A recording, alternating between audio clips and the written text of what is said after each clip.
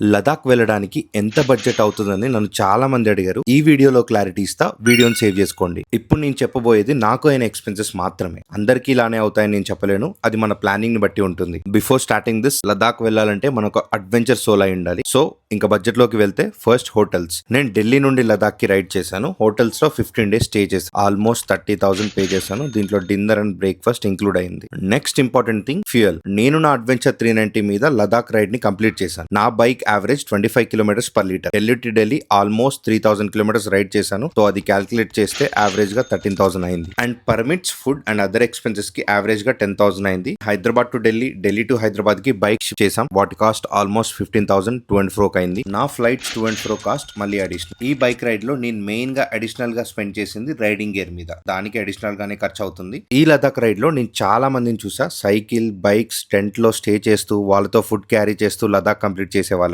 So the budget అనేది మనం plan చేసుకునే దాన్ని బట్టి మాత్రమే ఉంటుంది. మీకు ఒక బేసిక్ క్లారిటీ వచ్చిందని అనుకుంటున్నా. సో ఇట్లాంటి వీడియోస్ కోసం ఫాస్ట్ గా ఫాలో కొట్టేసేయండి. అండ్ మీకు లదాఖ్ రిలేటెడ్ క్వైరీస్ ఉంటే కింద కామెంట్ లో చెప్పండి.